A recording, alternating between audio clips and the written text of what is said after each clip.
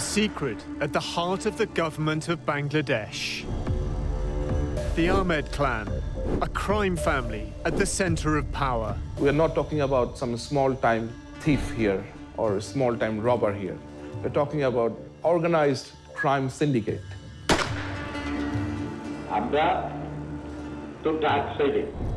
The clan includes 3 convicted killers, at least one who protected the Prime Minister, Sheikh Hasina. He was personal bodyguard. He had direct contact with Hasina. Our investigation reveals how the head of the Bangladesh army keeps his fugitive brothers safe and helps them get rich.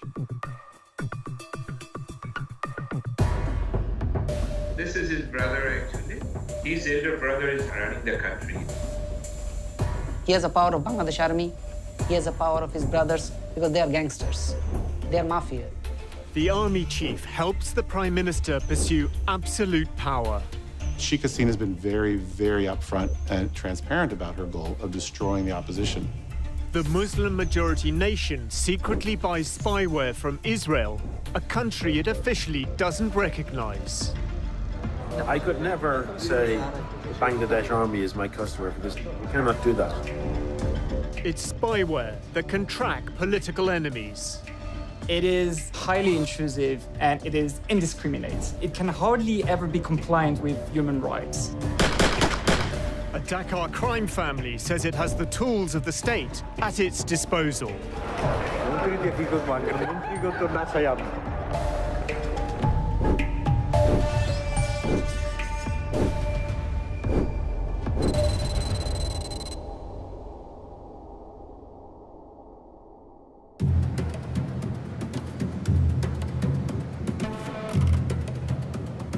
An international conference on disaster management is taking place in Singapore. Among those attending, the head of the Bangladesh military.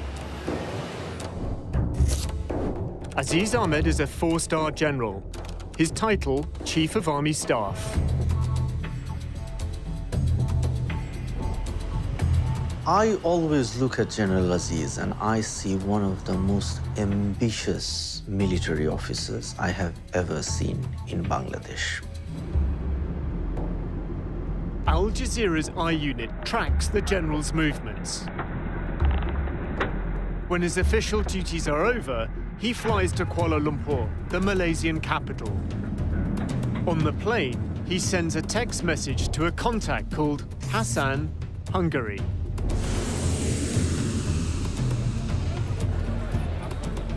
Waiting at the airport are 2 men, identified from police files. They are Aziz's brothers. One is the man Aziz referred to in his text, Hassan, Hungary. His real name, Haris Ahmed. He fled a murder conviction and now lives under a false identity. He calls himself Mohammed Hassan. Also waiting is the youngest of the Ahmed clan, Joseph. He served more than 20 years in jail for the same killing. There appears to be a last-minute change of plan. Instead of meeting his brothers in public, the general exits using a diplomatic channel.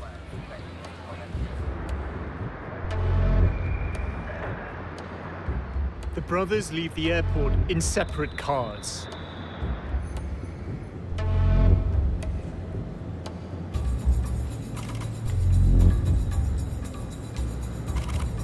They regroup at a gated house in downtown Kuala Lumpur. Diplomatic cars from the Bangladesh High Commission are parked outside. Our surveillance team watches the property. The following day, the general returns with his younger brother, Joseph. Then another man emerges from behind the gates. General Aziz has led us to the oldest of the Ahmed clan, Anis. Anis Ahmed has been on the run since his conviction for the same murder as his brothers. He's built a prosperous life in his new homeland. Property records identify two owners of the house where the clan is staying, Anis Ahmed and Mohammed Hassan. That's Haris, the brother of Aziz. And this man is Anis Ahmed, the other brother. He's also absconding. Interestingly, he hasn't changed his name. The Ahmed clan sets off escorted by diplomatic cars. They head to the Bangladesh High Commission for the evening. At one time, they were a backstreet gang. Now, they are expanding their power in Bangladesh and increasing their wealth abroad. Aziz, the general. Anis, the fugitive we found in Malaysia. Joseph, jailed for 2 decades. And Haris, a killer on the run. The investigation moves to Hungary.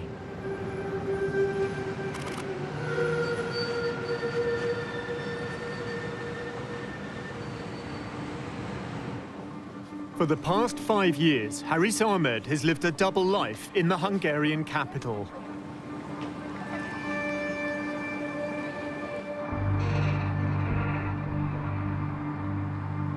Haris is a very cold-blooded criminal. He is someone who would harm you if he doesn't like you. I got to understand that this person is not a very normal person. He is kind of a psychopath.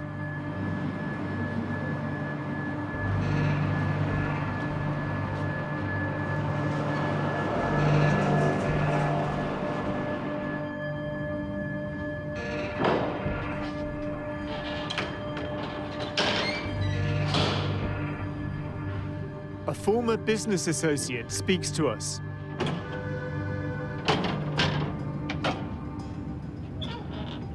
So it all started back in 2014, December.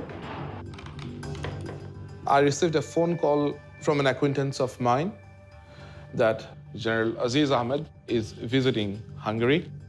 He requested me if I can accompany him during his visit because there is no Bangladesh embassy here in Hungary. Sami took him sightseeing. The general had a proposal. He asked me that if I can assist him to set up a business for his brother who is living in India at that moment. I said, sure, if he wants to establish his business, I can assist him.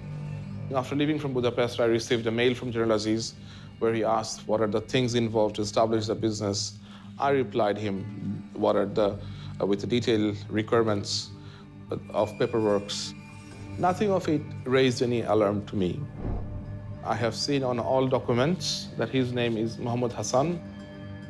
And I was not that curious to check or go through his documents. And as it comes from someone like General Aziz, there is no point that I would doubt any authenticity of his documents. We've obtained the fake documents used to build up Haris Ahmed's new identity. It includes a passport. It's signed by Kulsum, an official from the Department of Immigration and Passports. She was later charged as part of a criminal network involved in passport fraud. In order to get a fake passport, you need to get a fake national identity card. And in order to get a fake national identity card, you need to falsify a number of different documents, which could include a fake birth certificate, an education certificate, a marriage certificate.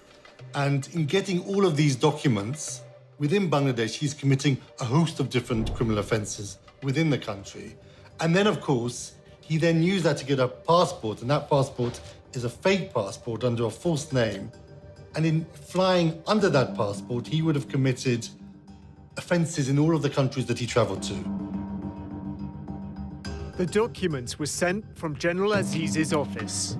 At the time, Aziz was head of the Border Guards Bangladesh, or BGB. Oh, this is really interesting. The witnesses on this document are Major Sujal Haq and Brigadier General Abul Hasnat. They're both in BGB, and they were both in BGB at the time when General Aziz was the head of BGB. So presumably, Aziz has managed to get these men to sign a document which is a forgery. Another BGB officer, Major Sami Rashid, sent this email with Aziz copied. It certifies a bank account held in Bangladesh by a Mohammed Hassan. A delivery note shows Major Rashid's role in shipping the fake documents. So in order to commit this fraud, to make it work, to get the signatures, to send it to Hungary, General Aziz has managed to make a variety of different senior military officers as accomplices.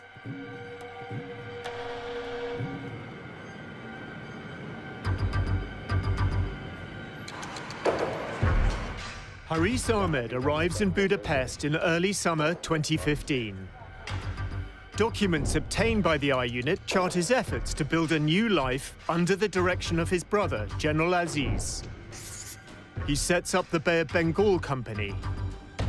His wife, daughter and son-in-law are co-owners.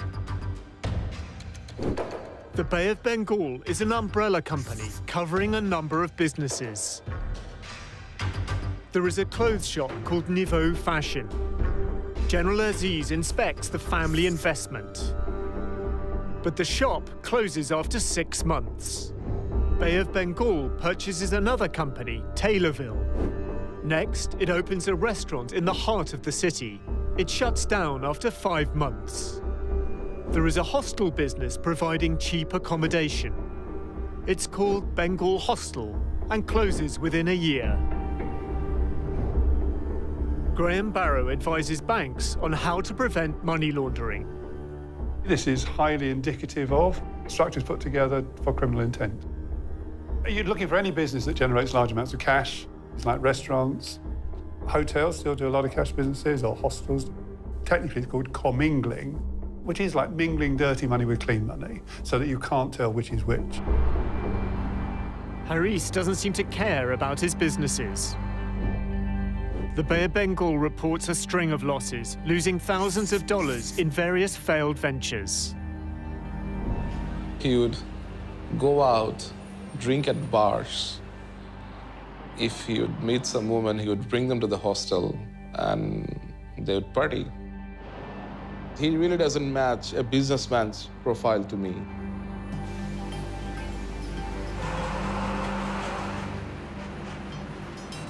Sami discovers that Haris's financial interests lie elsewhere. Haris acts as a middleman who uses his connections to secure deals, especially official Bangladesh government contracts.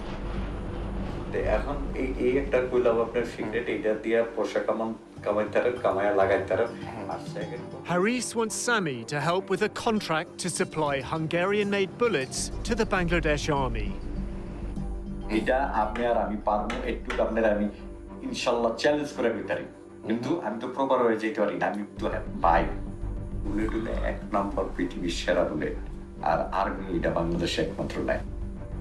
Haris wants to use Sami as a front man. ওনার ভাই এই হিসাবে আমি আর্মিতে কোনো জায়গায় আমি শোবো না, আপনি শোইবেন। কাজের দরকার, আমাকে পয়সার দরকার, আমার শো দরকার কি আমি ওইখানে আপনার লগে যে বইয়া থাকবো, আমি কে পরিচয় দিবেন না। না দেখেন নাকি আমি পয়সা দিই আপনারা, আমরা খাইবেন আমি খাবো, এটা তো আর অটোমেটিক, এখানে তো আর অন্য কিছু না, এখানে ডাইরেক্ট চলে যাবো পয়সা। Haris finds out that a deal for military supplies to Bangladesh is taking place without his knowledge. He plans to stop it.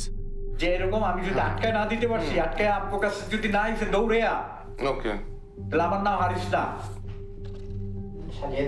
ওকে, আর্মিতে কথা বলতে চাই না। কটা বাজে বাংলাদেশে? বাংলাদেশে এখন বাজে 7টা-8টা মতো বাজে। He would start making phone calls to Bangladesh, to different individuals. He will bully them in very nasty way. He will abuse those people whom he is calling. Haris is calling a senior officer in the DGFI, Bangladesh's military intelligence.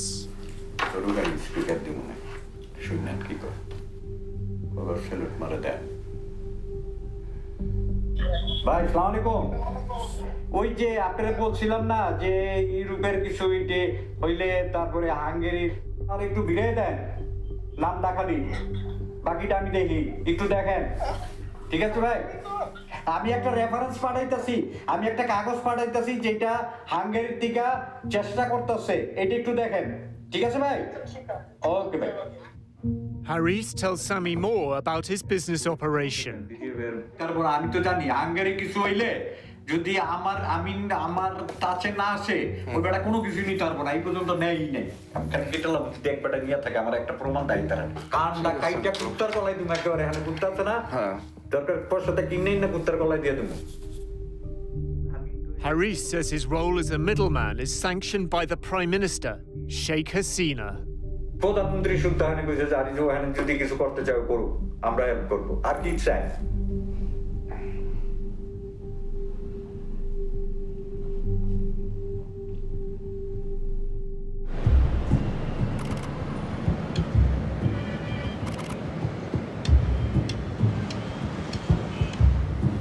The destiny of the Ahmed clan has long been entwined with the story of Prime Minister Sheikh Hasina. She is the eldest daughter of Sheikh Mujibur Rahman, who founded Bangladesh as an independent nation in 1971. The country faces the aftermath of war. There is poverty and starvation. Law and order break down. As the crisis escalates, Sheikh Mujib abolishes opposition parties. The army stages a coup. Hasina and her sister are in Europe. The ambassador from Germany, he called. So he told me that there was a coup in Bangladesh. The moment I heard it, my feeling was that then nobody is there. Perhaps we lost everybody. But still, we didn't know what really happened.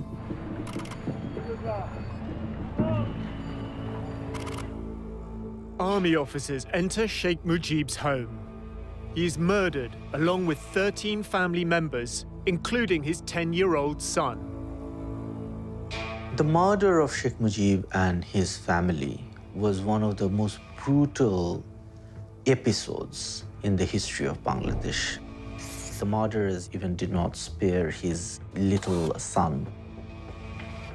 A large part of Sheikh Hasina's politics is shaped by her quest for justice, by her mission to avenge the killings.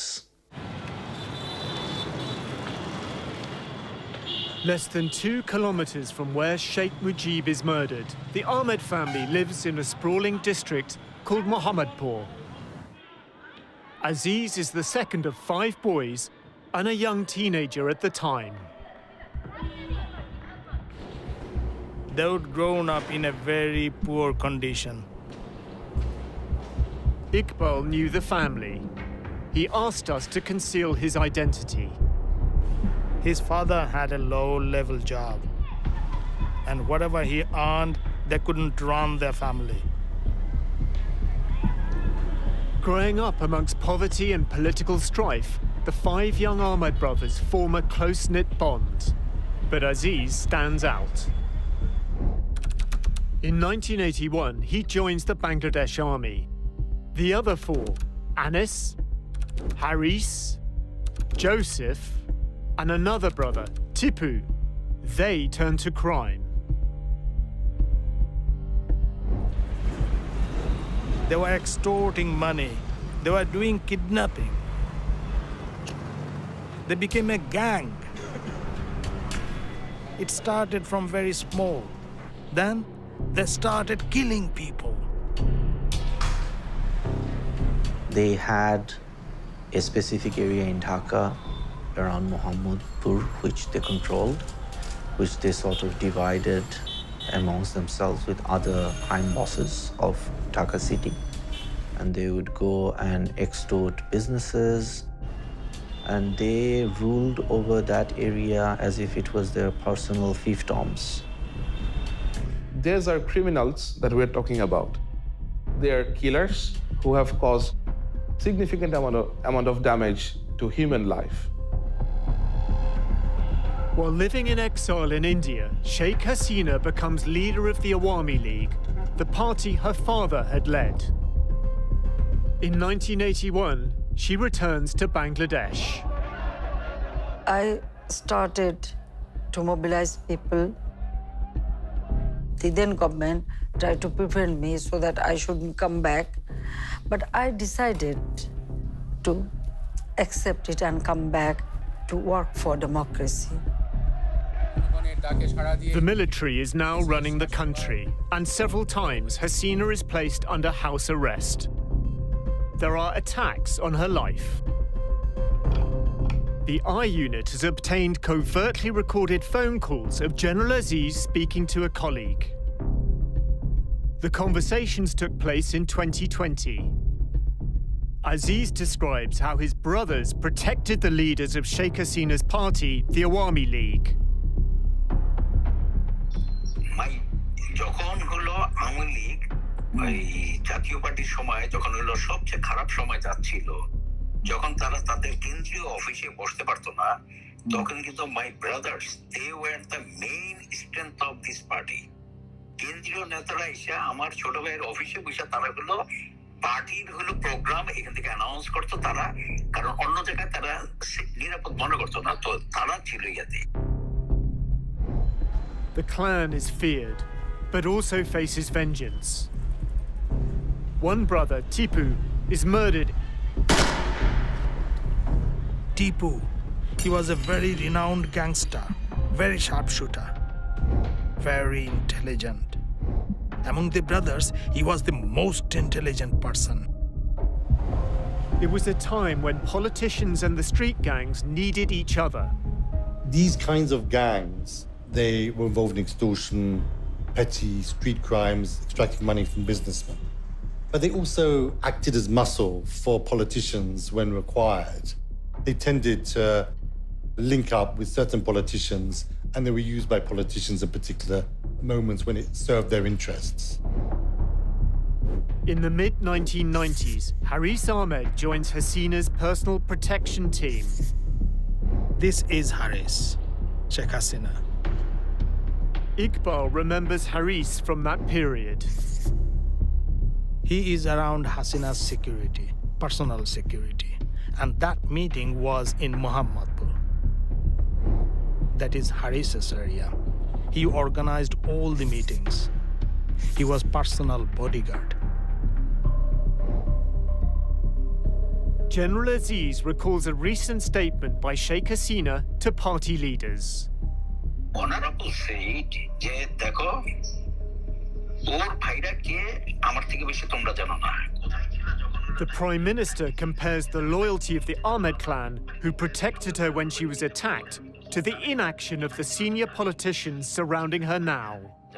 কোথায় ছিল যখন হলো নাই যে যখন আমার বাড়িতে grenade হামলা করে, আমার বাড়িতে এরকম করে, আমি কোন সন্তানে কোথায় ছিল তোমরা? এই চিফের ভাইরা আমার আশেপাশে ছিল, তারা ছিল তখন আমার মেইন চালিকা শক্তি। তোমরা কোথায় ছিল তখন?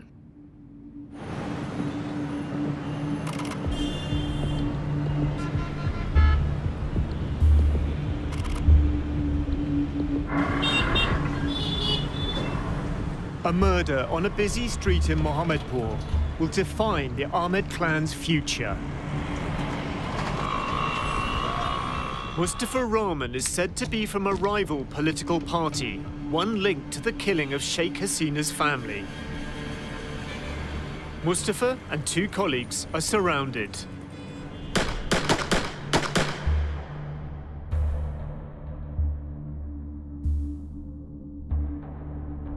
Mustafa is rushed to hospital.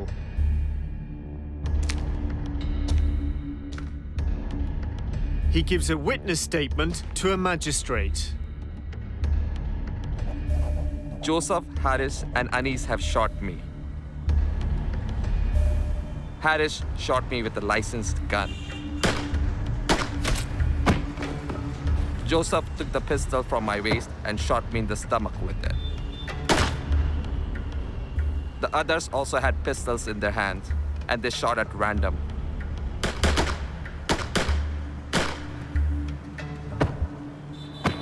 I was shot 9 times. 5 days later, he dies. With his testimony, he becomes the key witness at his own murder trial.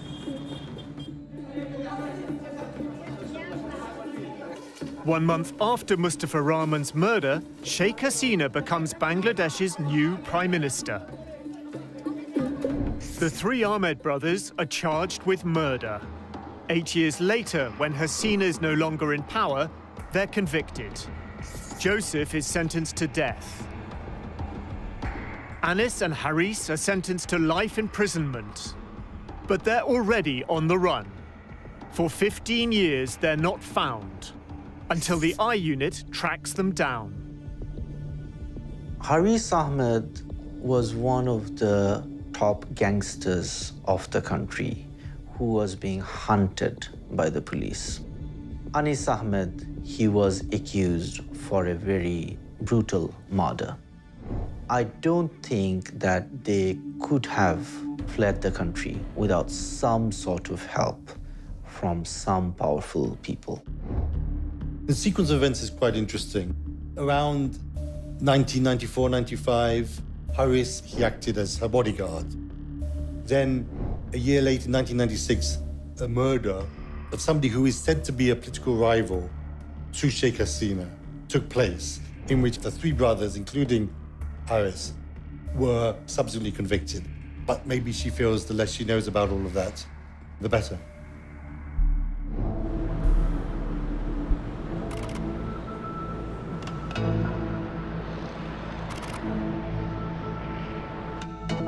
Sami discovers that his business partner, Haris Ahmed, is a wanted murderer on an Interpol Red Notice list. I felt that I have been used as a tool to provide a passage to a safe country for this man who established business with my assistance. And I felt that Mr. Haris and General Aziz have used me. I thought of reporting him to the police, but again, I was fearful of my life. Sami tries to cut ties with the Ahmed clan. But when he does, the general sends him threatening emails.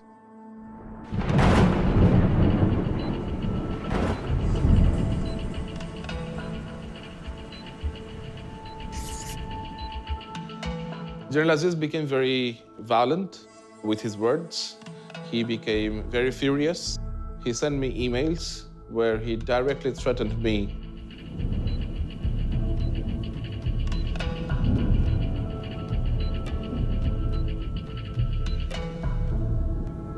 And he said that if his brother has to return to Bangladesh, then people responsible will regret their life. General Aziz keeps trying to draw Sami into his web. He's moving his money out of Bangladesh for life after the military. He wants to find businesses to invest his money in.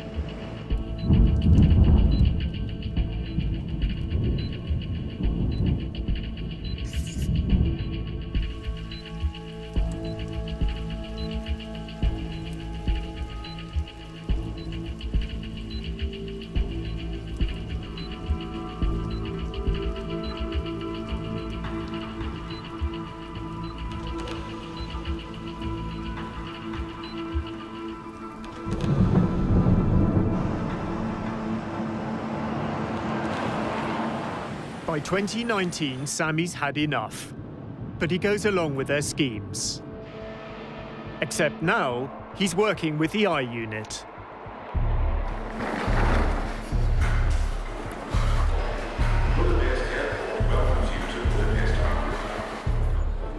Haris is flying in from a business trip. Assalamu alaikum. হ্যাঁ ভালো আছেন এই যে mister Rahman আমি Canada Rahman from Canada Haris arrives with Mohammed Rahman, a financial advisor from Canada. Rahman runs an immigration service that helps wealthy Bangladeshis acquire residency abroad. Haris's assistant is with the team.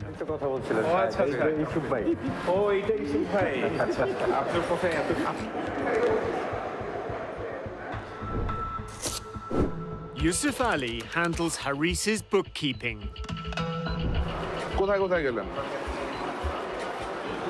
France থেকে গেলাম Morocco, মরক্কোর থেকে turkey, turkey থেকে নাইলাম। ঘুরতে গেছেন আচ্ছা। The discussion turns to Haris's political influence in Bangladesh. His associates know Haris has connections to the Prime Minister. আপনি মন্ত্রী হবেন কবে? আপনি মন্ত্রী হবেন কবে? মন্ত্রী দিয়ে কি করবো? মন্ত্রী তো না চাই আপনি।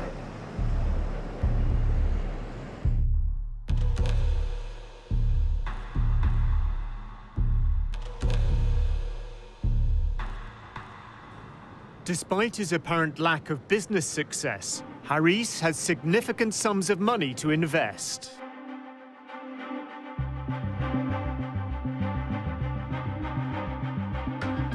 Haris and Rahman want to buy a hotel. Sami is showing them around. How many rooms do you have? 66. 66 rooms. এটা কত টাকা চাই? এটা 7.2 million euro. 7.2 billion বাংলা কত টাকা?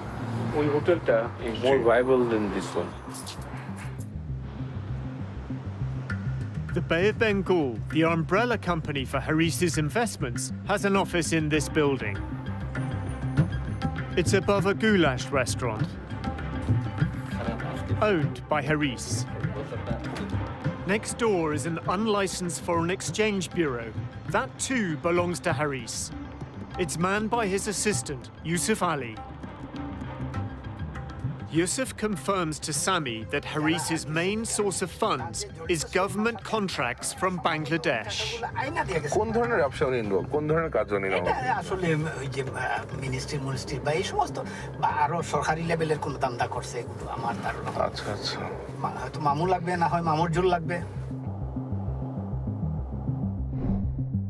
A letter from the Bay of Bengal company contains a proposal for a consignment of military bunk beds. It's addressed to the Director General of Border Guards Bangladesh, the BGB. It's dated November 2015. The Director General of the BGB is Haris's brother, Aziz. Patronage appears to provide Haris with ample earning opportunities. পরের গত ইলেকশনে তো আমার সামনে দেখছি কতজনে দান দেখো ওনারে যে বলছে ভাই আমার একটা নমিনেশন দিয়ে দেন আমি 5 কোটি টাকা দেব। Seriously? Yusuf says that Haris acts as a middleman and fixes army contracts for the right price. তো হাসান মিয়া এগুলো ইচ্ছা করলে মানে ব্যক্তিগতভাবে কিছুটা আমি ক্লিয়ারলি বলতে পারবো না কি 2-4 কোটি টাকা এই 2-4 কোটি না 30-40 কোটি টাকা মিনিমাম কামাই নিছে কত কয়েকদিনে 30-40 কোটি টাকা ও The I unit obtains evidence that Haris Ahmed is establishing an investment portfolio outside of Hungary.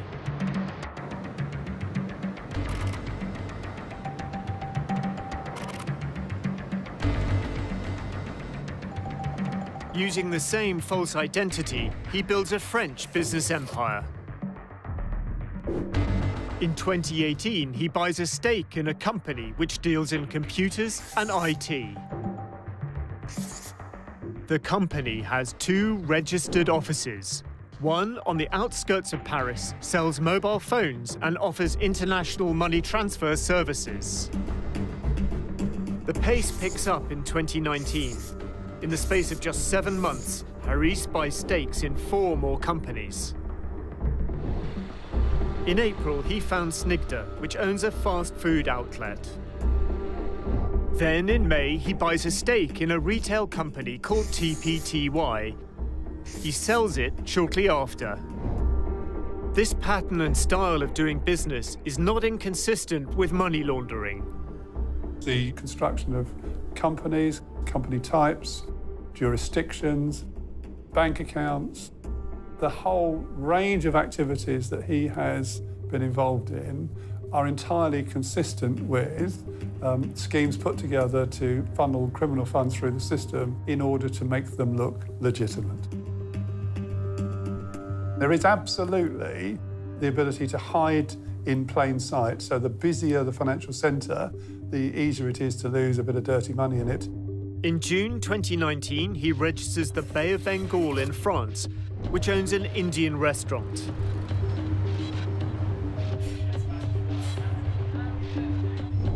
And in November, another new company called Info Bay of Bengal. This store is at the company's registered address. He's connected to 3 properties in the Paris suburbs, including one with an estimated value of nearly $500,000. Corporate filings reveal a buying spree by Haris, who's moving money into France under his fake European Union residency. It's introducing the money into the system, layering, moving that money between lots of different companies and countries, and then integration, putting it back into the real economy. Well, what better place to put it back into than property? It is the traditional home of dirty money.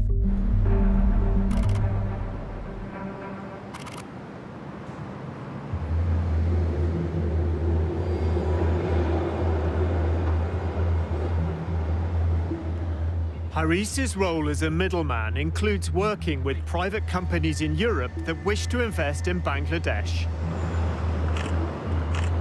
Mohammed Rahman, the Canadian businessman, comes to help Haris negotiate a potential deal worth a fortune.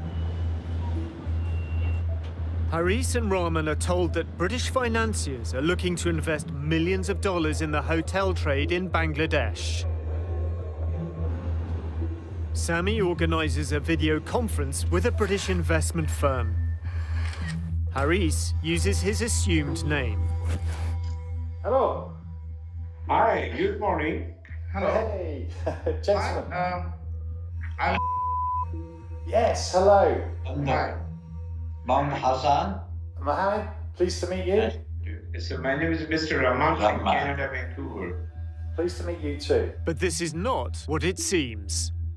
The representative of the investment firm is working for the I Unit. To do something in Bangladesh is really great idea, but there's some problems because of still there's political issues and a little bit corruptions. Of course, although the country is coming up has such a problem. But good things for Mr. Hassan because he is very well connected with the high officials, very connected with the government, especially the Prime Minister herself. In return for his high-level contacts, Haris demands a commission of 20%. Just 1 second, please. He breaks down the fake investment proposal. 100,000 euro, dollar or euro, or 100 billion. It invest করতে হবে the 5-star by any business Dhaka করতে চায় for land by purchase এত মিলিয়নের নিচে কোনো suitable ওই ধরনের ব্যবসা হবে না আমাদের যেটা we take 20% for all negotiation. Then Rahman spells out how they work. Then he will send this letter to his elder brother and will officially visit your place to talk a little bit more. If needed, we'll call our High Commission in London. So High Commission people also will be in the meeting to make it real official something. Then he can take this proposal to our Prime Minister and the army chiefs, which looks better and solid and concrete. So his company will be your consultant for Bangladesh. Basically, at this moment, his elder brother is running the country, in fact, because our Prime Minister leave everything to army chief to run the country for the big developments. This is his brother, actually.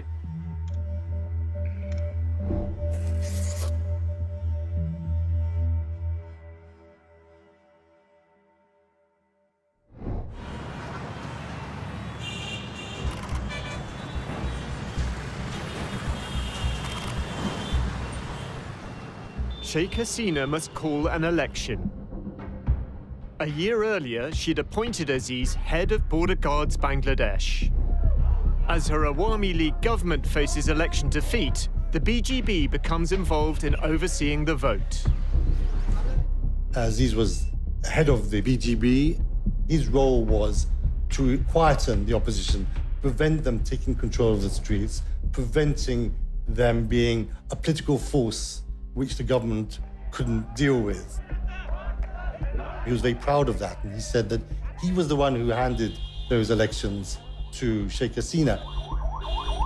And it was a very crucial moment. It was very possible at that time that the Awami League government could have fallen.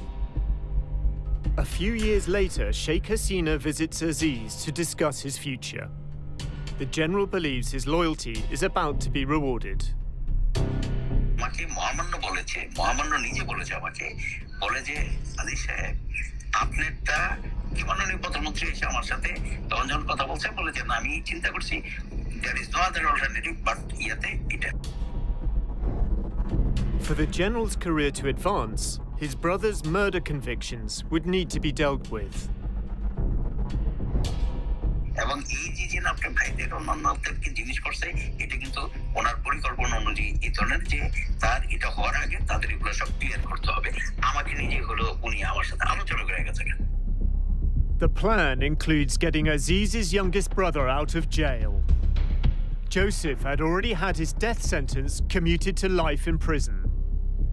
For 11 years, he'd been on death row. আর ভাইরে কিন্তু চলে যেতে পারতো না, এমন না যে অন্য পার্টি থেকে হলো তাদেরকে তখন বলে নাই এই চলে আসো, কিন্তু ওরা তো বেইমানি করে নাই, ওরা তো রাজি হয় নাই কখনো, ওই রক্ত নাই গেলে বেইমানি করার.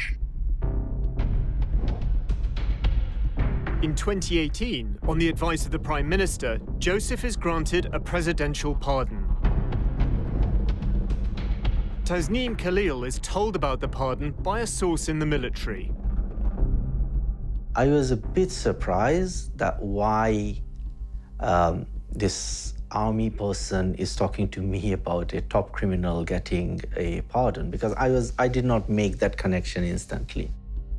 And then he started laughing, and then he said, you realize one cannot become the chief of the army when his brother is in prison on murder charges.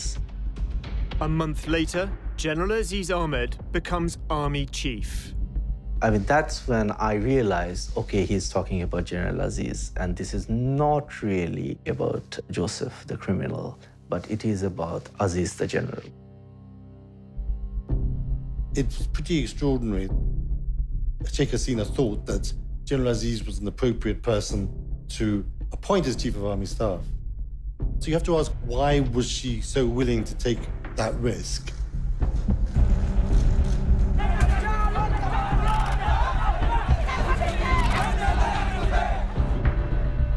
In December, Sheikh Hasina holds another election.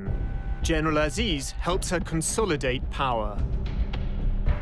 In 2018, Army played a very active role and assisted the massive rigging that went on in nearly every voting center in Bangladesh. The leader of the opposition and Hasina's longtime rival, Khalida Zia, is in jail. Others detained and never seen again. Sheikh Hasina has been very, very upfront and transparent about her goal of destroying the opposition. She's basically trying to brand herself and her family as being synonymous with the state. The opposition has been significantly repressed. They can barely function as an opposition. The law enforcement authorities have been able to act with tremendous impunity in relationship to extrajudicial killings and enforced disappearances, which have to some extent become systemic now within the whole way in which the country operates.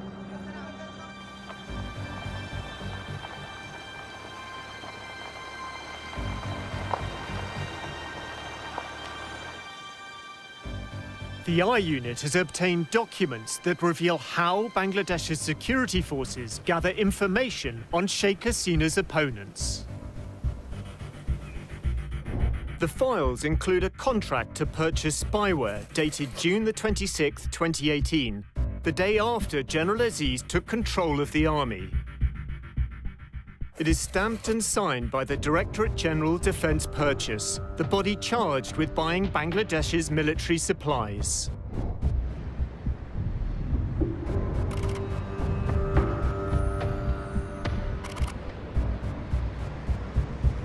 In February 2019, I was contacted by a friend of mine who was serving with the DGFI. A group of 4 Bangladeshi officers are visiting Budapest for some official reason. The officers are from Bangladesh's military intelligence service. I invited them for dinner. They said they will have 3 more guests with them. The 3 additional guests include 2 Israelis and an Irish national. But the 2 Israelis, who are intelligence experts, decide not to attend dinner. Only the Irishman gets out. The Bangladeshi officers introduced me to the guy, and he introduced himself as a contractor for some surveillance equipment company. I heard them discussing about purchasing this spyware, this device that they can basically conduct surveillance on general people's mobile phone. The contractor said that no way that people in Bangladesh should know that this product comes from Israel. And that is when I decided to turn on my recorder. My company is based in Singapore, so I am the selling agent. The middleman for the deal is James Maloney from Sovereign Systems. So we can supply Wi-Fi interception, as well as cellular, as well as video surveillance. The documents confirm that Bangladesh is indirectly buying surveillance equipment from a company in Israel. PIC6 was founded by former Israeli intelligence experts. Bangladesh has no diplomatic relations with Israel and cannot legally trade with it. The Bangladesh passport prohibits travel to Israel. Bangladesh has the world's 4th largest Muslim population. It says it won't recognize Israel until there's an independent Palestinian state. The Bangkok-based Maloney acts as the facilitator. But even his company's website includes no reference to PIC6. It's from Israel, yeah. So we don't advertise that technology. We don't put the cellular interception or Wi-Fi interception on the website. We're very careful about our public profile. The Israelis train the 4 Bangladesh intelligence officers in a warehouse outside Budapest. We've blurred the images of the Bangladeshi officers. James Maloney is in the middle. We've been unable to identify the 2 Israeli intelligence experts. PIC6 did not respond to our request for comment.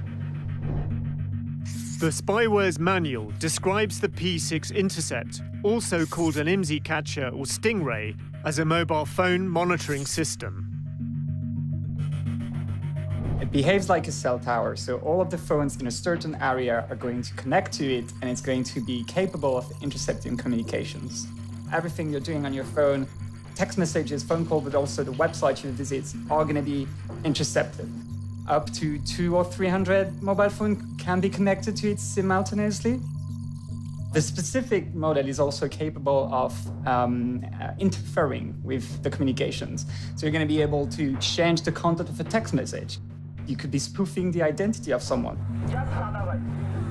Israeli technology can now be used to monitor and quell further protest. It is a tool of mass surveillance. The sort of use we've seen is to kind of identify groups of people and to determine the networks that exist. So you know there's one person who's going to be there. You're going to the place, whether it's a protest again or a gathering, and you're looking at everybody who's in the area, and so you can keep investigating and having more people under surveillance at the same time. The technology is very aggressive and intrusive. You don't want the public to know that you're using that equipment. The final contract contains the condition that the supplier and the Bangladesh military sign a non-disclosure agreement. It also hides its origin. Instead, it states, made in Hungary. Knowledge is power. So if you know what people are saying, where they're going to meet up, what they're planning to do, you can know a lot of things. And then you have the power to act. Haris claims he can use Bangladesh's security services to monitor the phones of rivals. He says a paramilitary unit called the Rapid Action Battalion tracked a phone for him. The head of RAB at the time is Benazir Ahmed, here with Haris's brother Joseph after his release from prison.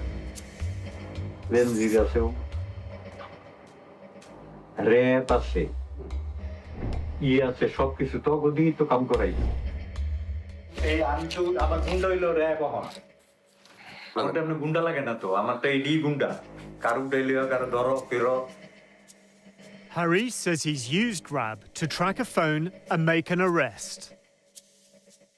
আমার পাড়ার তো ওই শালার প্রতি তো ছিল আমি ধরাইছি ইয়ার প্লেনের থেকে মানে ধরাইছি আর আমি ব্যাংককে ফোন করছি আমি ওর নাম্বার দেয় আমি তোরা ভাই মাইরালামু হ্যাঁ কিন্তু তোরা মারবো না কি লিয়া জানো মাইরা লাইলে তো তুই বুঝবি না কষ্টটা Salim Pradhan was convicted of gambling offences and jailed for 6 months. ওর একটা গার্লফ্রেন্ড আছে গার্লফ্রেন্ডে ফিট করছি গার্লফ্রেন্ডে ইনফরমেশন দিছে মোবাইল ট্র্যাকিং করাইছি ওরা In April 2020, Benazir Ahmed moves from RAB to become the most powerful policeman in Bangladesh. ওরা কাজ করে আমরা গুন্ডা আছে পুলিশ আছে পুলিশই তো আমরা গুন্ডা গুন্ডার লাগে না তো গুন্ডা হন পুলিশ যার পুলিশ লাইন আছে যার প্রশাসন আছে হ্যাঁ হন গুন্ডা Haris prefers not to attract attention by directly involving his brother. আমি কি করতে আর খামাচ্ছা খাকি পোশাকের মধ্যে ঢুকে বয়ে থাকবো হিসাবটা বুঝছে সে অমুক আছে তমুক আছে আইজি আছে এবং তা আমাকে তো দরকার হয় না ওরাও খায় আমিও খাই ডাইরেক্ট কথা আমরা He says he's involved in a network of corruption, placing policemen in jobs that earn bribes and paying a cut to their superiors.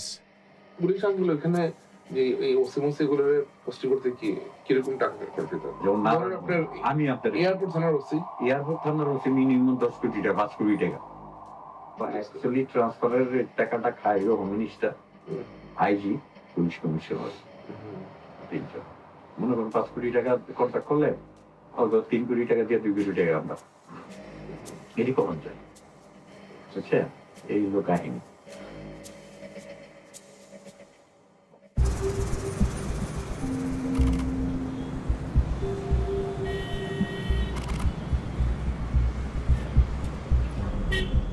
In Mohammadpur, the district where the Ahmed clan grew up, there's further evidence the brothers are using the Rapid Action Battalion to serve their own ends.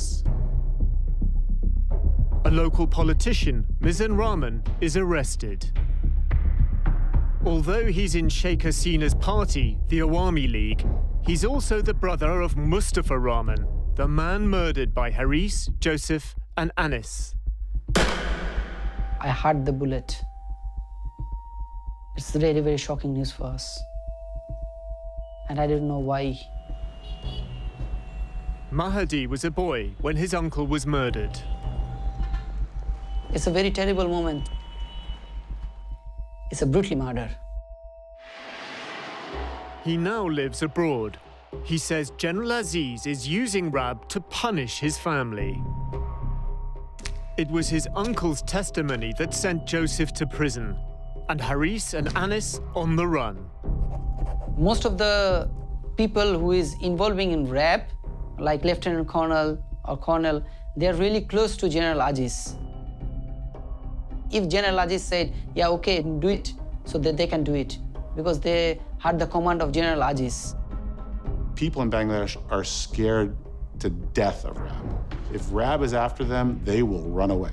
And we've seen many cases of human rights activists, women's rights activists, even internal critics inside the Awami League who have fled the country because they heard RAB was going to come knocking at their door. He has the power of Bangladesh army. He has the power of his brothers because they are gangsters. They are mafia.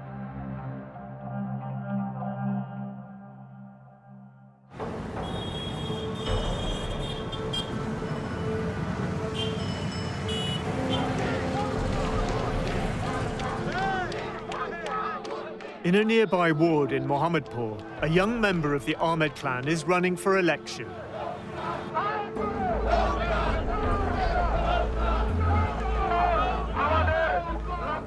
Asif Ahmed is the nephew of General Aziz and son of Anis, who lives in Kuala Lumpur. In January 2020, Asif launches his political career. He wins on an anti-corruption platform. এবং দুর্নীতিটা আশা করি অনেক কমে আসবে। আমাদের মাননীয় প্রধানমন্ত্রী দুর্নীতির বিরুদ্ধে যেভাবে অভিযান চালাচ্ছে সেটার ভয়ে অনেকে হয়তো ইনশাআল্লাহ সামনে দুর্নীতি করার সাহস রাখবেন না। আমি তাকে অনেক ধন্যবাদ জানাই এরকম শক্ত একটা পদক্ষেপ করার জন্য। নিজের দলের লোকজনকে সে ছাড় দেয়নি এই দুর্নীতির বিরুদ্ধে অভিযান করার জন্য। ধন্যবাদ।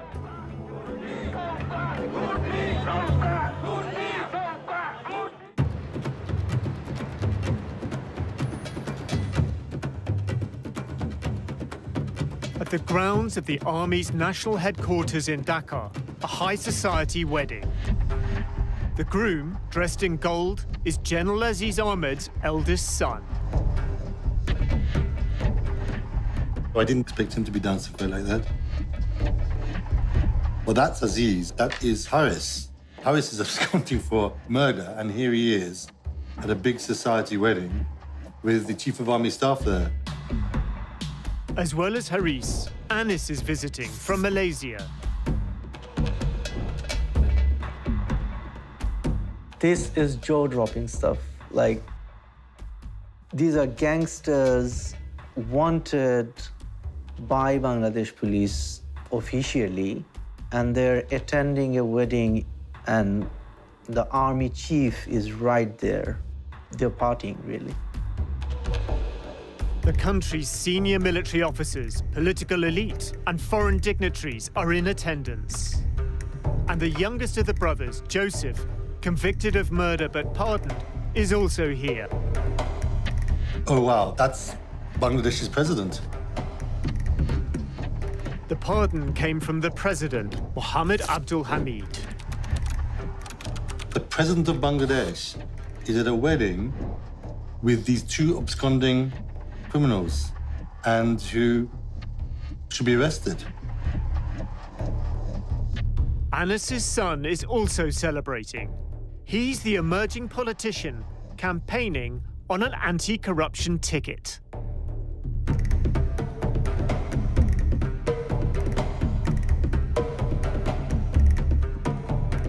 The next generation is properly in place. If the same regime continues, we can see that the second generation of these people would take place and turn Bangladesh into an absolute mafia state.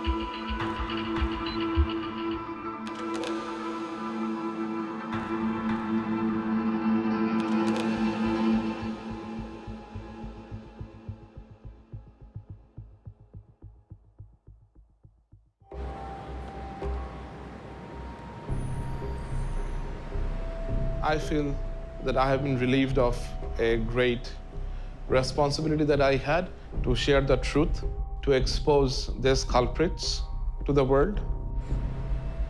And of course, I am fearful. I feel afraid I am feeling scared that they will come after me.